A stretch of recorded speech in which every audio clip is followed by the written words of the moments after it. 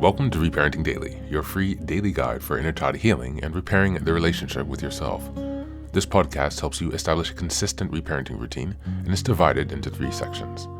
The first is the daily reading, the second is a discussion of the reading, followed by suggested journal prompts, and the last section is peaceful binaural beats meditation for closing. Good morning, good afternoon, and good evening from whenever and wherever you're joining us. I'm so glad that you could join us on this journey of self-expansion. If this is your first time here, welcome. As a celebration of passing episode 700, I've opened a free membership tier for the Patreon community so you can access additional resources and join the weekly Zoom calls for free. I know there's a lot going on in the world right now and that so many people are really struggling.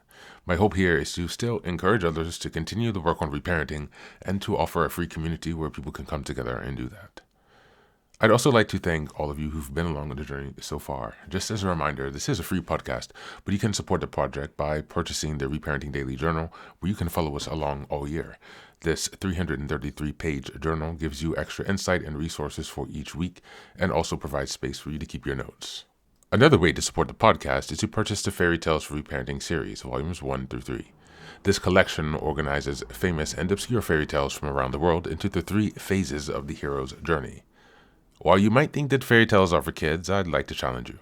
These stories contain profound truths and lessons carried down over millennia that we can use in our reparenting journey. It's a fun way to reconnect with your inner child. Each volume comprises 10 fairy tales.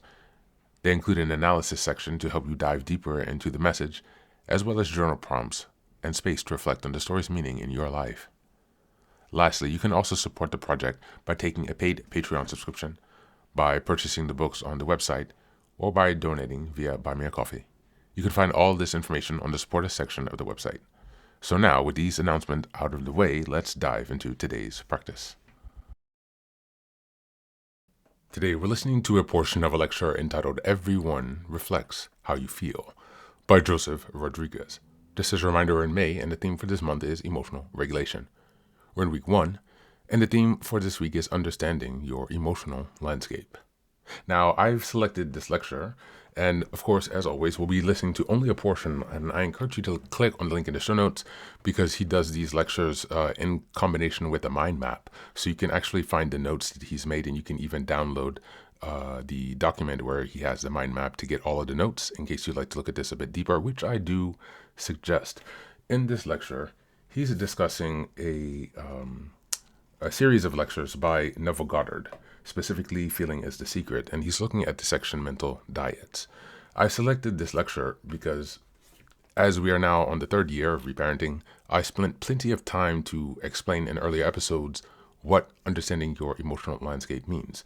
With this lecture, I hope to encourage you and enlighten you on how your emotional landscape is established from the undercurrents, from the stories that you consistently tell yourself that program your subconscious mind. And that subconscious mind, those subconscious beliefs, then manifest your reality. I selected this because you can understand your internal processing by analyzing your experience in day-to-day life, how people respond to you, the type of situations and events that you attract, and the way that you view them instinctively.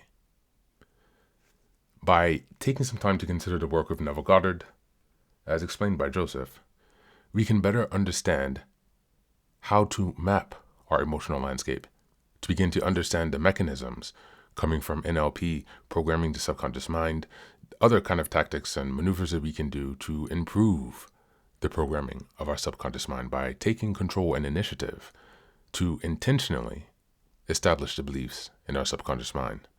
First, by understanding our current emotional landscape, which is defined by our current views, perspectives, and situations and people that we encounter.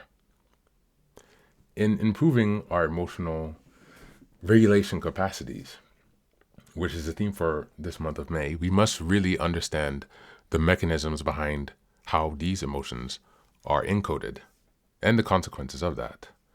And so without further ado, here's Joseph Rodriguez.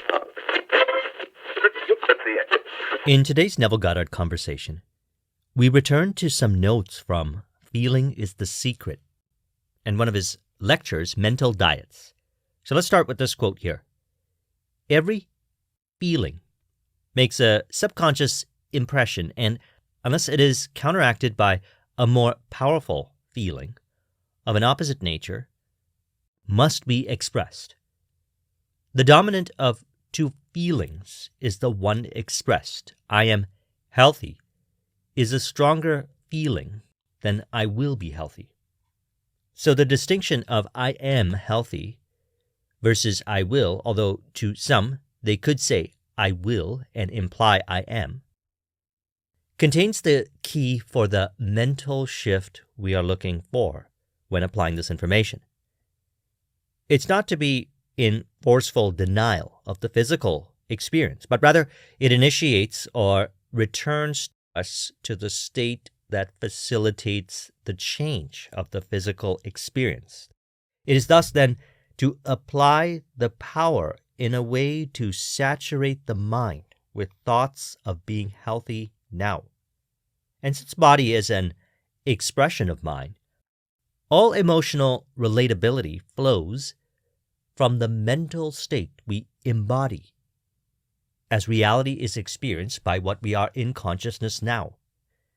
So I like to think a single thought into a state of mind, and then it is experienced that way. We can also feel into it, or both at the same time, as he says here.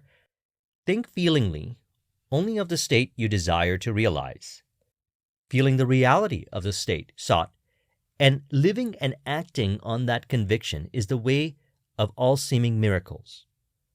All changes of expression are brought about through a change of feeling. A change of feeling is a change of destiny. All creation occurs in the domain of the subconscious. What you must acquire, then, is a reflective control of the operations of the subconscious. That is, control your ideas and feelings. So let's dive deeper into this part here where he says, what you must acquire, then, is a reflective control of the operation of the subconscious. That is, control of your ideas and feelings. And related to the next part here where he says, the subconscious never fails to express that which has been impressed upon it. The moment it receives an impression, it begins to work out the ways of its expression. It accepts the feeling impressed upon it, your feeling, as a fact existing within itself, and immediately sets about to produce in the outer or objective world the exact likeness of that feeling. So the way I like to apply this is with awareness. We are aware of each moment of each day. So there's awareness and awareness of, as in I am, and what we are saying I am to. What you say I am to is the state you occupy, and you can feel into it. So associate a feeling to that formless self, I. And that feeling represents the state. And then you behave, emotionally relate, and think accordingly. For example, when I'm in my ideal state of mind, I need not worry about anything else because I know from that state all desirable things are added unto me. By feeling, he's referring to a spiritual sensation. I'm in that desired state now. Then you think, emotionally relate, and behave from that state. And so does the outer aspects of life, which include people and environment. This is textbook mental alchemy. So throughout the day, I may experience many desires, and I accept them as fulfilled inside. It allows me to remain in this state of mind, and everything works out because to desire it is to already have it. So I like to return to this book now and then and remind myself of the feeling aspect. Having been applying this information over the years and experiencing the effects in my entrepreneurial journey and relationships with others, being aware of the feeling throughout the day takes care of everything. And as a result, I'm able to know if I was about to enter into an undesirable state of mind in relation to my projects and relationships with others, and adjust accordingly by feeling myself back into my ideal state. This simple daily practice from this book is priceless. He says, you are already that which you want to be. And any refusal to believe this is the only reason why one does not see it. So what causes a person to refuse to believe that they are already the person that they desire to be, already have what they desire? Well, from my experience, it comes back to the feeling. If I don't feel like I am the person that I desire to be, then I must be in a different state. For example, for many years I studied NLP and selling psychology. What I noticed was that sometimes I would do something and then I would get a response. And then from an empowering interpretation of it, I would remain in my desired state and then everything would work out. The other times I would do something and based on a disempowering interpretation of the response, I put myself into an undesirable state. And then I would behave, emotionally relate, and think from that premise until I brought myself back into the desired state. Then it would start working out effortlessly again. Essentially, I was subconsciously saying the cause of what determines my state is external, which is a form of idolatry, according to Neville.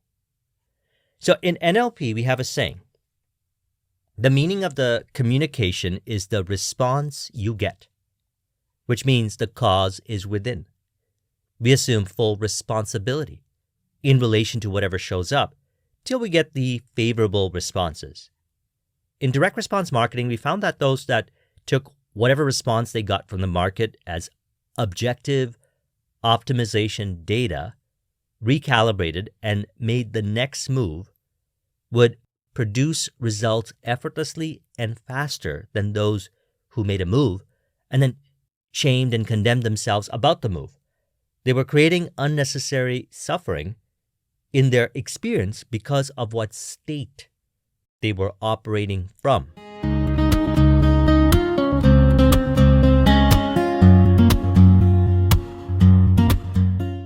Hey guys, welcome back. I hope you enjoyed this introduction to this lecture of Neville Goddard's Feeling is the Secret by Joseph Rodriguez. Again, as I mentioned in the beginning, you can click on the link in the show notes to go to the entire video, and there you can actually download the mind map that he's written, which goes in great detail. So I do suggest that because it's so important that we begin to understand the structure of our emotional landscape. Not from just understanding emotions and discussions on types of emotions as we did before, as including their potential causes, but we need to begin to turn towards the architecture of how these emotional patterns are set, how the emotional landscape is crafted, as well as raise awareness to our capacity to influence and to change our emotional landscape by our expectations, by reprogramming the subconscious mind, installing new beliefs, and having different experiences and connections as a result of that. As the title of this lecture is, everyone reflects how you feel. Your experiences, your thoughts, the interactions that you have with others are reflections of your own internal state from your subconscious mind, your beliefs. These are what people are responding to. And so many people are talking about raising your vibration, your R, because your internal belief and coherence is the energy that's externalized outwards. And that externalized energy, which is non-perceptive, well, it is perceptive because people can definitely tell, for example, when someone is depressed, or even if it's not so extreme as someone, with a very sad face, humans have an ability to sense each other. Our nervous systems know things intuitively that we can't really explain. And so, for example, you could tell when someone is kind of faking their confidence versus someone who is more authentically confident. You can, of course, get fooled, but in general, we have this mechanism within us. And that's why it's so important to intentionally begin crafting and modifying your subconscious mind, because that is the gardener, I guess you could say, of your emotional landscape. So that's the actual garden, the gardener doing the planting, doing the watering, doing the pruning, right? Your subconscious mind is what's feeding your emotional landscape. And he explains in this video how you can begin influencing the subconscious mind, which then is going to influence the actions of your gardener, which is going to then impact your emotional landscape over time. And with this, You will begin to see changes in your circumstances, in your interactions, your connections, your opportunities, and experience of life overall. You have way much more control than you realize. Much, much more control and influence. And this one thing that I always doubted about these 12-step programs, the ACOA program, I had I think one debate, one person was willing to discuss it with me at the end of a meeting not too long ago, actually. And it's a discussion on that word powerless. We are powerless over the effects of growing up in a dysfunctional family. I think this is the one of the laundry list traits is something similar to that. And I always had a problem because people repeat that every single meeting. And some people come to a meeting every day or multiple meetings a day. And again, if you're programming your subconscious mind to say you are powerless, then that's impacting how you move throughout the world. And you are not powerless. I understand what they're getting at. One of the persons retort in this discussion, or debate, or it was a gentle discussion, not debate. He said that we're admitting that we're powerless to the effects of growing up in a dysfunctional family. I still don't even like using that word. I think it should be worded like you come to accept that there were effects of growing up in a dysfunctional family. That's much more empowering than to do anything that is disempowering or to disempower yourself. Like you are literally programming your subconscious mind. You know what I'm saying? And most people there, they don't want to have these conversations because they want to follow the book, follow the rules. And I always questioned, I was like, yeah, something has to be up there, Like, of course, we have to accept reality, accept what happens so that we can grow. That's the first step, is seeing and accepting what happened. But to repeatedly tell yourself every day powerlessness is something really irked me about this, right? And that's one of the reasons why I started this program in the beginning, because I knew something is missing, something is wrong. And yeah, I eventually found it out, and I found that there are other people who also realized that something was missing.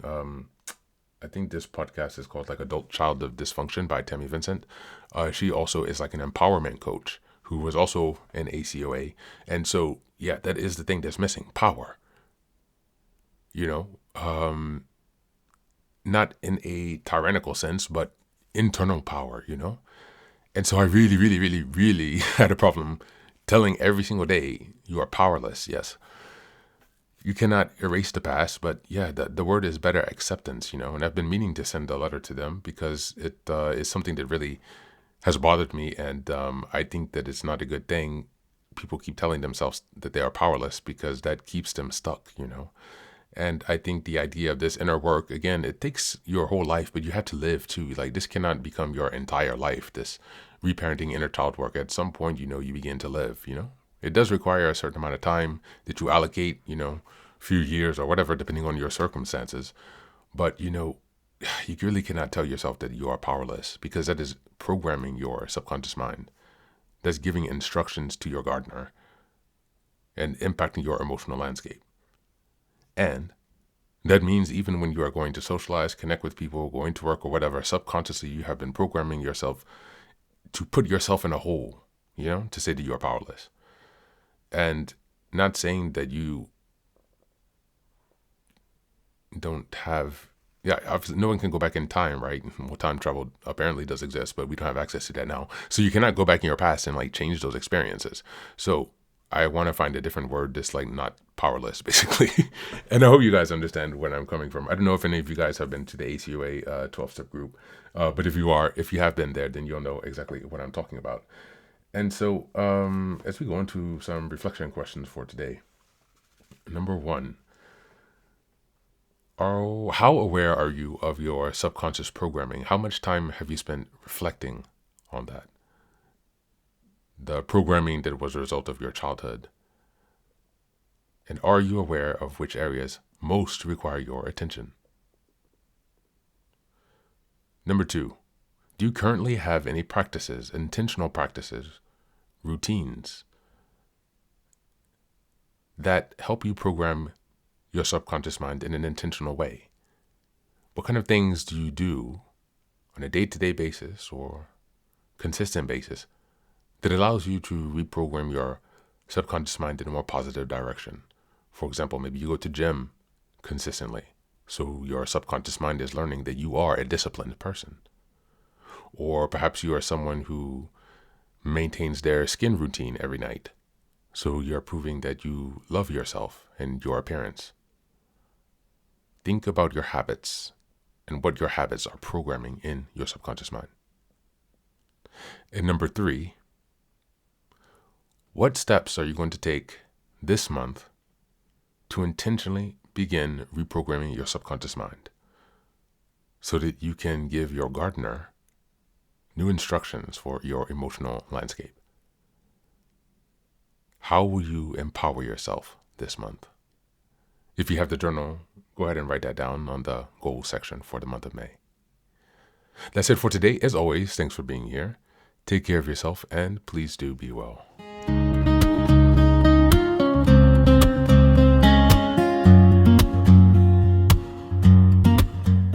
Welcome back. Now, this is the third and final section of the daily podcast. This is your silent meditation. Please find a place where you can be comfortable and undisturbed, where you can relax and spend some time with yourself for the next 10 minutes. You can choose to be sitting, standing, lying down, or in whatever position makes you most comfortable today. Just take some time to listen to yourself.